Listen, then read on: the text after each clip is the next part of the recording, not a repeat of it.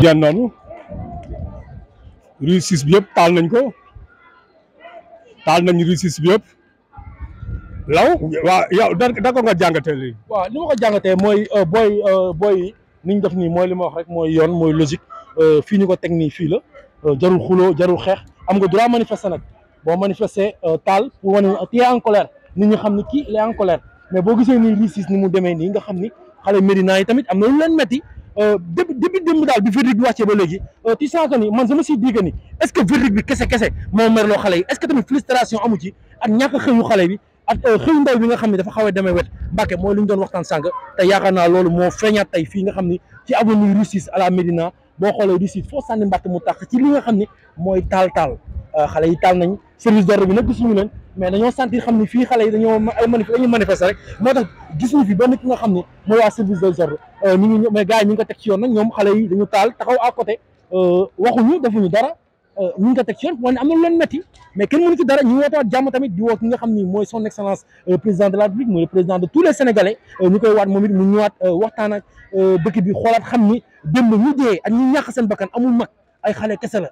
boo xoolee da nga gis ay xale yoo xam ne amuñu sax 10 ans di génn am na ñoo xam ni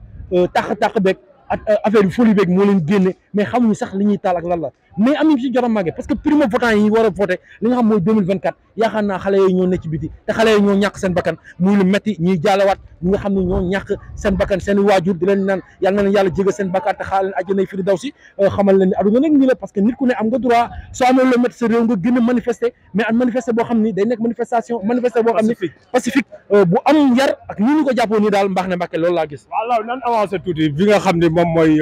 rue 33 bi comme ni ngeen ko gisee rek rue 6 bi yëpp c'est taal nañ ko xale yi nag gis nga service d'ordre bi ñoo ñëw policiers yi ñoo ñëw service d'ordre bi ñoo ñëw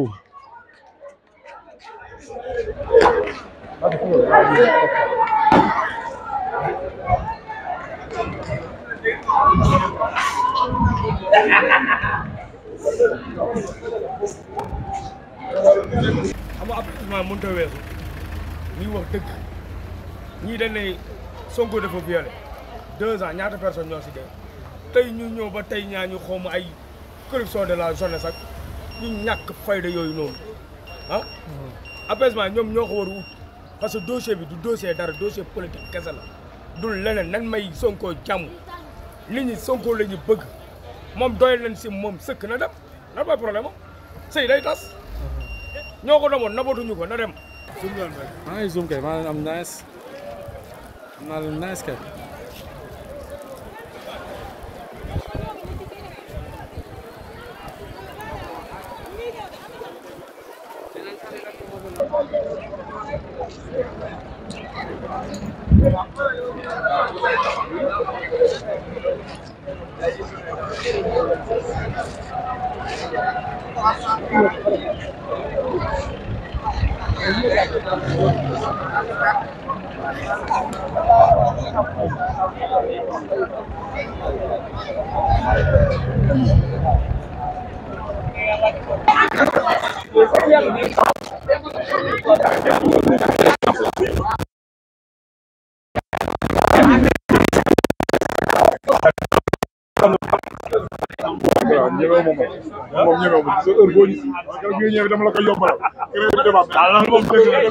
taal bi moom kenn àndu si mais itam xam nga Sénégal dafa nekk tey koo xamante ne xëy na ñu bëri ànduñu ak Sonko pour affaire ay vote mais dañ gis ni li ñu ko teg jaaduwul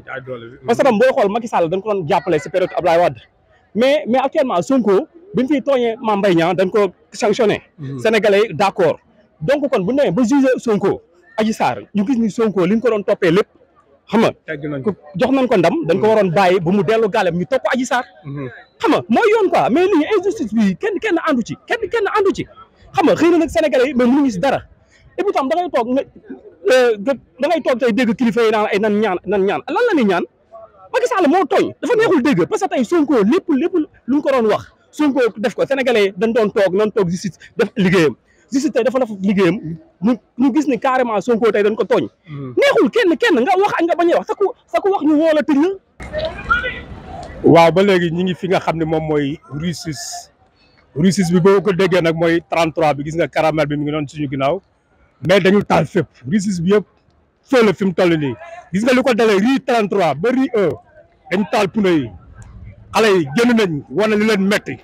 ñu ngi taal pneu yi mais gis ñu fi benn service d'ordre nit ñi nag ñu ngi taxaw di seetaan law ñu ngi taxaw di seetaan mais lii di UCG booy xool dañu jël seen pôle yi dafa mel ne dañ ko xamoon law jël nañ seen pôle yi jël li nga xam ne moom la ñuy def seen mbalit yi dem yóbbu ko xam ne lii yëgoon nañ ko. waaw lii boo gisee ñoom sentiroon nañ ko parce que xamoon nañ ni lii bi projet bi bu génnee rek automatiquement problème dina am parce que comme ñoom ay service état la état la ñuy liggéeyal état da leen di prévenir ne leen kat da ngeen def nii ak nii bala nag suñu noonu balaa leneen di leen ci fekk moo tax it ñoom ñu jël seen i pôle fi ñu toll nii remarqué nañu depuis boobu sax ñoom it amul seen benn élément bu liggéey parce que tamit boo gisee dëkk bi même bu dul secteur informel bi sax mais ñi nga xam ne ay fonctionnaires d'état lañ sax liggéeyuñu. mais law zumal ma ba rue 27 rue 25 bu noonu zumal ma ko gis nga noonu lépp saxaar la ñu ngi taal rue gis nga fi ñu tàmbale rue 33 rue 31 rue 27 rue 25 rue 29 rue 19 rue 11 ba rue 3 ba rue 7 ba rue 1 fépp dañ ko taal ay pneu def naa ni rue 6 bi gis ngeen ni mu mel nii law manifestant yi depuis démb ba léegi mais booy xool tey Médina ñoom dañu génn taal pneu ñoom yàquñu dara def naa law. waaw dajeeguñu dara pour le moment Médina dajeeguñu fi dara parce que mooy li nga wax sànq rek ñu ngi manifester wu pacifique mooy li nga wax sànq loolu la ñu remarqué fi nga xam ne au niveau de la rue 6 sànq dem nañu fa la nga xam ne mooy au niveau de quartier Diapo ci rue 22 bi ñu fekk fa tamit ay riverains yoo xam ne ñoom ñoo taal automatiquement wax seen colère wax li nga xam ne ñoom la ñu sentir ci projet bi wax li nga xam ne tam loolu la ñu sentir ci dëkk bi. Sonko mooy suñu sànni sàcc bu ko jàppee mooy toroxal nañu wala Macky daa bëgg jeunesse bi gën di agressé di xëy di def seen i affaire ñu naan jeunesse bi dawal diisin nga xool xale yi li ñuy def lii di sabu kenn quoi xam nga xale yi di yàq ñëpp la ñuy yàqal doo fay ba liggéey lii luy dal bu ñëwee comme couvre-feu lay doonal ñun ñëpp dañuy sonn Macky Sall lu muy def moom moo xam moo gouvernement am baax na mais xam na ne bu jàppee Sonko dëkk bi day yëngatu na ko bàyyi te yàlla rek tax te xam ne am na amul solo moom kilifa diine sax dañ koy ñaan du bàyyi kon Macky moom lan la bëgg xanaa moom daa bëgg tamit kaso baa ngi nii fees dellu boo demee saame bilaa wallaay waxal la ci paquetage bi foofu paquetage doo def dara sax ñu wax bilaa wallaay wa taala dafa métti Macky Sall nag lu muy def ñun waxuñu ñu baax na lu muy def moom moo xam moo gouvernement waxal li si jeel bi booy dem si kaso bi booy mais kaso bi gaañ suñu mbokk yaa ngi boobu bilaa wallaay tëdd ay korop ba léegi moo ñu génn doo lekk doo def dara doo naan xam nga affaire yi daa métti gaañ boo waxee ñu jàpp tëj loolu du logique